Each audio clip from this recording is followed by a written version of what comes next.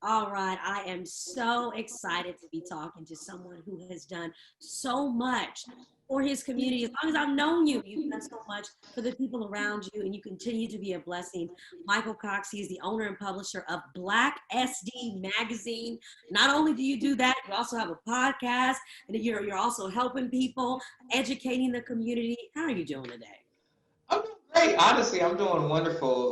We just filmed a podcast for Black Women in Hair, and so it was really a great conversation. I love bringing that male element because there's a lot of things that we don't know, but we're always telling women to, I like your hair this way, but we don't know what that go. We don't know what that really means when you tell a woman, oh, I love your hair long, but what if she doesn't have naturally long hair or if her hair isn't naturally, straight, but you're putting that pressure on it. So, we wanted to add this type of platform because we know that a majority of our audience is women based, especially African American. So we wanted to make sure that we touched on things to give them a voice, but also let other people into those conversations that aren't privy to it, men, women of other races, and just people all in general.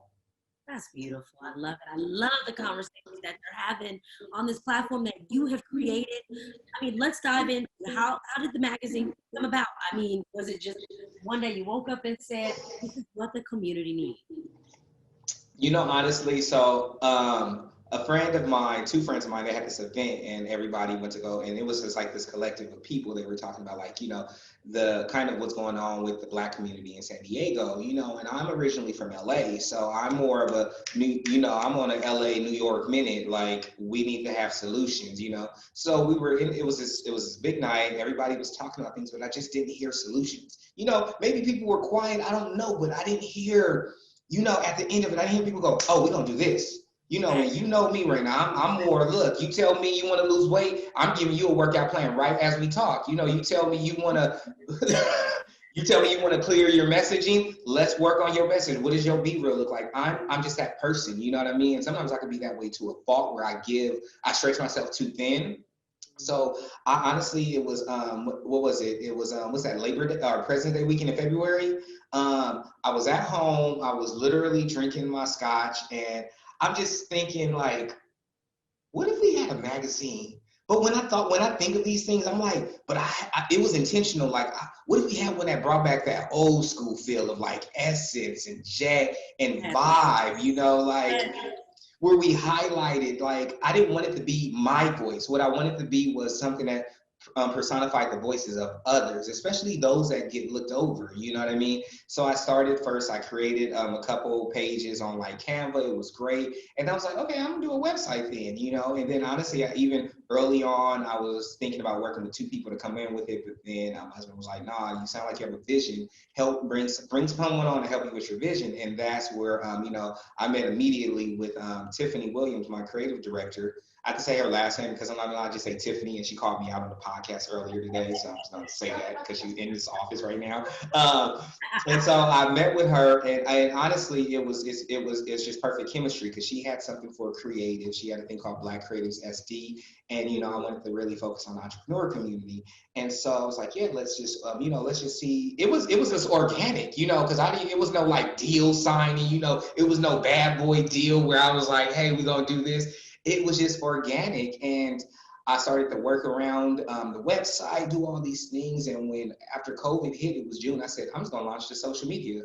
Honestly, I didn't know if it was gonna take off. I didn't know what was gonna happen. I just organically, started following, and because I wanted to connect. And then Tiffany helped out. She would be like, "Hey, you need to see this new business, this or something." So it was a great mixture, and then things just started happening. I love the story. I love that it organically happened. You were able to build your team. Now more than ever, Black voices are being amplified in a way that I haven't seen in my lifetime. Yeah.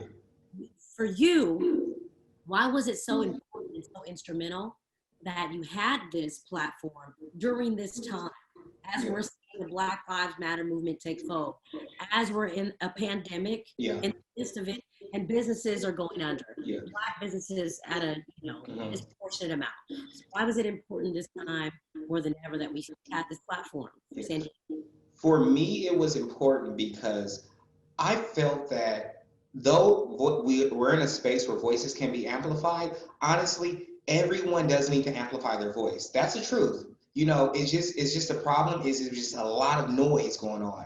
And that's an issue because then we're not unified. When I started it, I said, okay, you know what? How about the voices that people overlook or people don't pay attention to? Because sometimes when people say find your tribe, what you're really saying are find people you like and relate to. What about the Black vegans? What about the Black person who doesn't necessarily hang with all Black people, who doesn't live in the adjacent Black neighborhoods? Those voices matter too. Sometimes we can be so monolithic where we only focus on this narrative to our community. So for me, I said, no, we need to focus on the dreamers, those people who don't have high following, those people who need help. And that's why I created the Catalyst Black program, because I said, I can't just give you a voice. That's cool. But what if I give you a voice and you don't know what you're doing? Then I set you up for failure. That's not fair. If you're a new business and everyone's saying buy Black, shop Black, promote Black, but Reyna doesn't know how to really handle her business, I'm doing you a disservice by putting you in front of an audience that you may not know how to serve. Right. And that becomes an issue there. So for me, it wasn't just about amplifying your voice. It was about actually showing them how to, I would say, when to amplify your voice and sometimes when to just control your voice, because sometimes we don't always have to talk. Oh, I like that you just brought up the Catalyst. Okay, let's talk about that for people who don't know what is that. Yeah, so Catalyst, it's a 3-month free program. I created it honestly because I saw, people have incubators, there's accelerators, but the thing is most Black businesses are in consumer based in the consumer-based industry. So they don't have the need for an incubator or accelerator because they're not techs, they're not biofarm, they're not SaaS products. A lot of times they're food, there's clothing, it's beauty, or it's apparel in other ways. It's never, you won't ever have that much in revenue that these other programs will satisfy you. And two, I believe that when I thought about it, I wanted to create something where I take you through it, because I literally, sit down with my entrepreneurs. You build a relationship with me, but then also through this network of other entrepreneurs. So when you're coming into this office, you may sometimes I have entrepreneurs back to back, and you have an exchange, and your guys exchanging handles, emails, there's an exchange of resources. I wanted to create something that would have a long-term effect on entrepreneurs talking and working together early on. Issa Rae said it best, where she said, don't look for those that are above you, look for those that are, to your left and to your right. So what if I wanted to create that tone and to make sure that when we all say, oh, close the barrier to, generational wealth, we throw all these terms around which sound really good. But the only way that we can close that generational wealth gap is by decreasing all the barriers for African-American entrepreneurs to become real businesses. And by decreasing that, it has to be accessible, it has to be customizable, and it has to be free. This is a free program. No one will ever pay. I'd rather do a GoFundMe if I needed money to do this instead of charging someone a dime, because I'm investing in your dreams, not in your pocketbook. See, I love that. Knowing that resources are where we need to get in our community, right? You're giving back in this way, and you're educating entrepreneurs of today. Yes. And continue to invest in the community. So I'd like to ask you this: as you were starting, the magazine, this program, the Catalyst, and all the different things, what have you learned about your community as a whole? What have you learned about yourself? I will say what I've learned about myself. I honestly, doing this, I didn't realize I was actually walking into my truth, because, I have several degrees. I've been on the corporate track, director of this, did that, consulted, worked with companies with $1 million budgets, to 6 figures, to people who had zero but just had a dream. What I realized walking into my truth was it's bigger than me. You know what I mean? Life is bigger than me. Everything I accomplish is about getting me one step closer to fulfilling my purpose on this planet. And so that's what I learned about me, and I ground myself in that, because what I've learned about the community is what I also push, what I teach them. I always tell them books like Start With Why, or especially because the first question I always ask them, why are you doing what you're doing, and who are you? They'll tell you their what, and I tell them, I said, your what is generic. this magazine is generic, your role as a reporter is generic, but what's not generic is who Reyna Harvey is. Why Reyna Harvey wakes up and wants to report the news, why you want to tell those stories, why you want to connect. I tell them all the time, everything else is, the tools are generic as ever, but the who and the why, your essence, that's something you don't ever have to worry about because no one can duplicate it. No one could copy it. They could put the same outfit you have on right now, Reyna, but what they cannot do is have that same purpose. You know, your universal, your God-given purpose, and that's what. And I realize our community doesn't. We don't go into. What we go into is social media. We go into the hype. Okay. We love that. You know, we instead of finding who we are, we'd rather go live and tell everybody how the entrepreneur's life is a struggle, share tweets, share memes. We'll share everything in life, but we never really reflect and find out if what you're doing is really your God-given purpose. Ooh, I think that's a good word. Come on now. Look, after this, my goodness. I mean, not only are you investing in this way, but also I saw the campaign you did. October is Breast Cancer Awareness Month. You're putting that out there. I know we also just lost the King Bozeman, you know, and it's been very difficult. So this campaign that you guys did, what made you decide that you wanted to use your platform and uplift these voices? So what made me want to decide, sorry, my allergies. Allergies. What made me want to decide, honestly, so prior to this, I can even see in some links, I started something called BlackSD magazine, Real Talk. It was a Real Talk series. You know, when George Floyd, all these things happened, you know, all the travesties, all this pain the country was feeling, the community. You know, I saw my friends and family, everybody sharing all this stuff, and I was just like, whoa, this is a lot to share, you know, and I heard people saying all these things like your silence lets me know this, and I'm like, wow, even though you are hurting, you don't have to try to berate someone else to make yourself feel better or feel like you're teaching them something. So I said, you know what, we have to have a better solution. So my first thing was with Corey George. He's on the East Coast in DC. He's a therapist and he's a trauma specialist, a Black man. And so we did a Black mental health, webinar. We had people, they registered, and we talked about that visceral trauma, generational trauma, things that we need to really talk about in our community, just as people in general. It doesn't matter your color. Everybody has some type of drama or trauma coming that, you know, affects them. And so we did that. We even did one called Finding Your Place in the Movement. I had 5 different individuals actually on the call with me from different organizations and different things. And we had about 120 RSVP. And we probably 80% of them were actually Caucasian. And because I wanted to help give people an insight into the conversations we have, you know, so that they understood. Because a lot of times people were telling other communities how we want. I'm like, you guys are talking to them. You guys aren't talking with them. You know, I mean, you're actually talking at them. You're like, this is how you're supposed to support me. Well, they have to understand why you feel their support is necessary. But you also have to understand too, that if they don't understand, it's upon you as a community member who says you want to change the world. It's upon you to have patience, to walk them through this, and to see them through it. Because you can't do that. You can't just tell people everybody needs to believe in me and then leave them on the crossroads. But you have to really take people through that journey. So that's why I started it. I'm long-winded, but so that's where I came to for October, because you know my mom passed away pancreatic cancer at 14. You know, and I've seen it. My mom passed away. I don't tell a lot of people that. That's probably one of the first times I even remember when you were like, oh, I didn't even know that. But she passed. It was actually a week before my middle school graduation.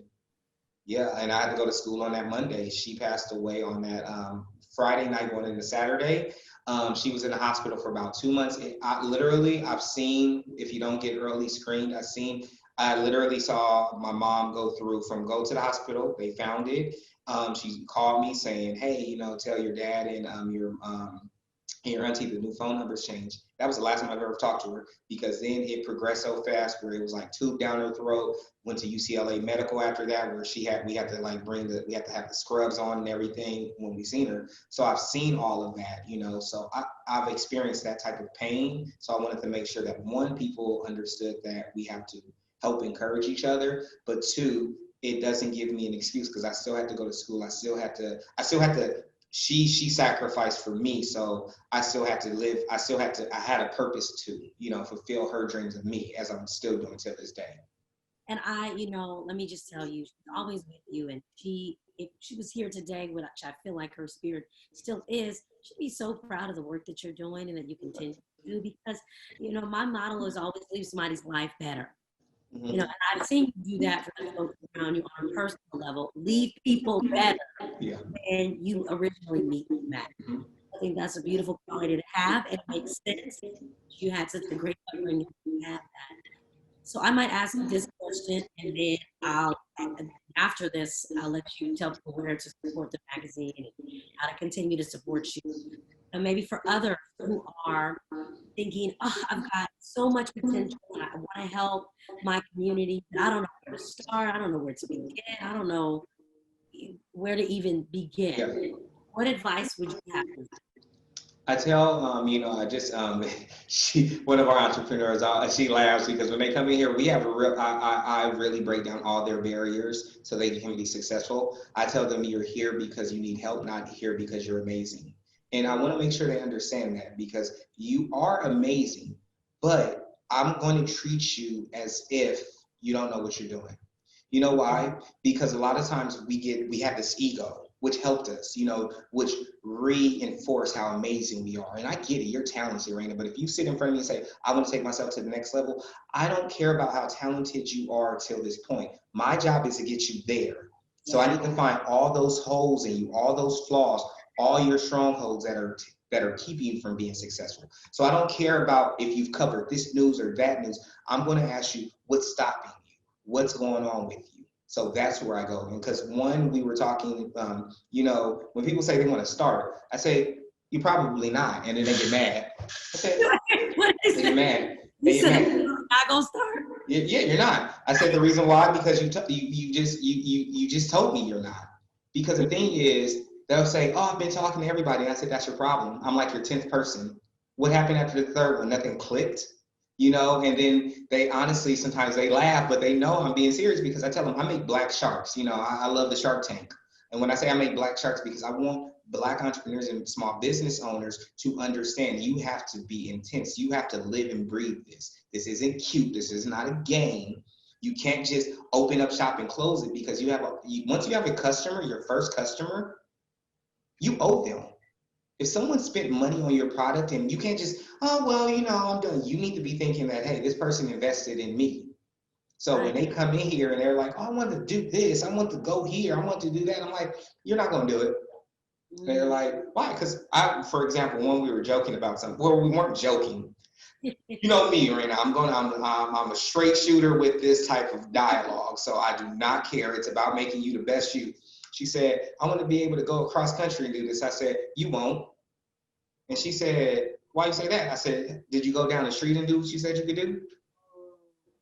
And that's the biggest problem, because we have these big, audacious goals, but we can't even handle the small little one that you can do in your backyard. If you can't clean your backyard, how you gonna clean somebody else's? That's just kind of special to me, but hey. That's powerful. So just telling people you need to begin where you are. Stop putting it.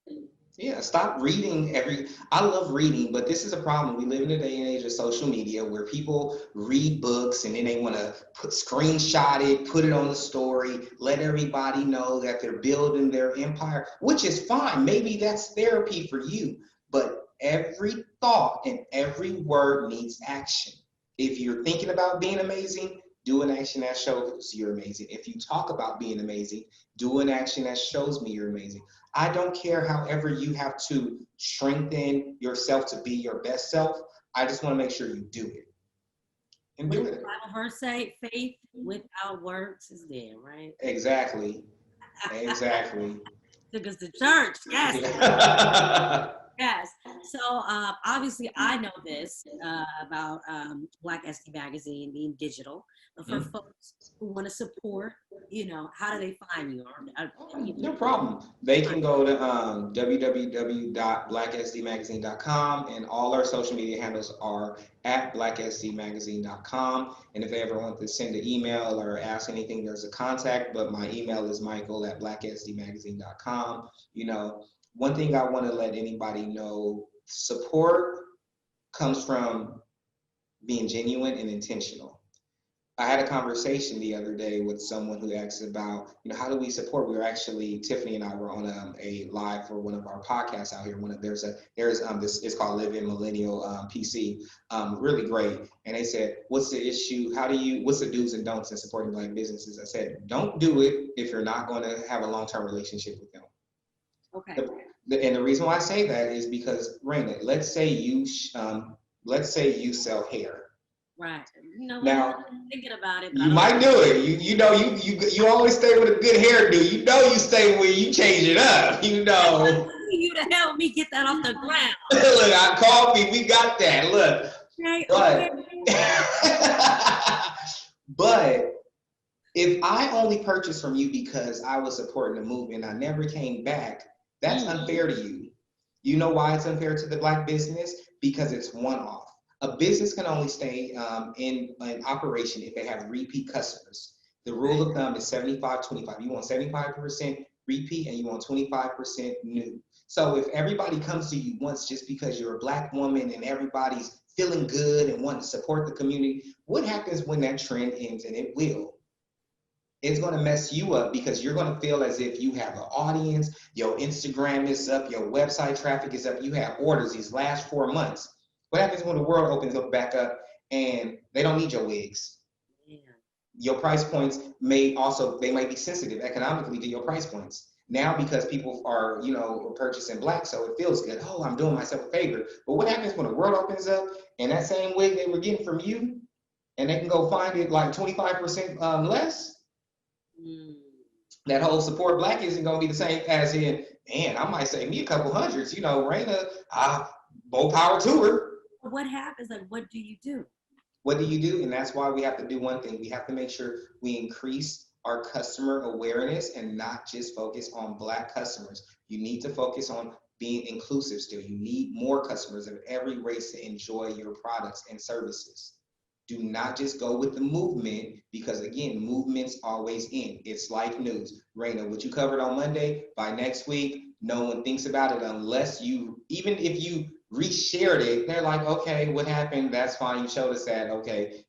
So that's the thing. So they need to learn how to be a better business person in general. If you guys don't see that this man has the jewels and the gems, I'm so proud of you, always breaking it down, sharing it. And you guys got this free, okay? Wait till he drops his master class. You gotta get signed up before you start charging people. That's right. Reyna gonna come for the Catalyst Black. Owner and publisher of BlackSD Magazine.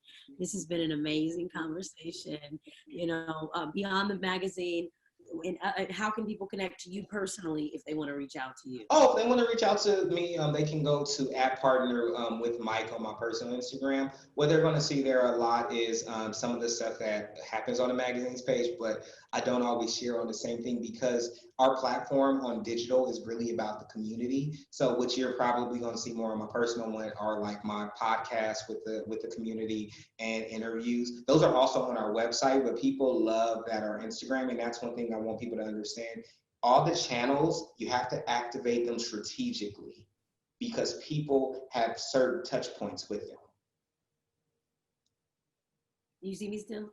Yeah, I can see you still. You see me? No, somebody called me. Oh. You stopped talking and I was like, did his wait, yeah. I'm trying to get back to you. Okay, come. All I see is me right now. You see? It's okay. I'm gonna have to edit this part. Okay, no problem. I will leave it with one thing for your people. One last thing I tell everybody. Oh, now I see you. Okay. You see me? One last thing. Now I sound like somebody grandfather when they say one last thing. And even for you, Reyna, this is so important, everybody. COVID has given us a time to be still and reflect. Once COVID passed, again, because pandemics do, life opens back up. You've had about a good 8 months to a year to maybe a year and a half to be better than ever. If you aren't and you made excuses, it's on you. Do not be mad that the world didn't stop with you. You should have kept on moving. And on that note, Michael, thank you so much for this conversation, all the wisdoms and the jewels that you constantly and consistently share. And I'm just happy to call you a friend of mine. Oh, no problem. Thank you so much, Reyna. It was a pleasure. Thank you so much.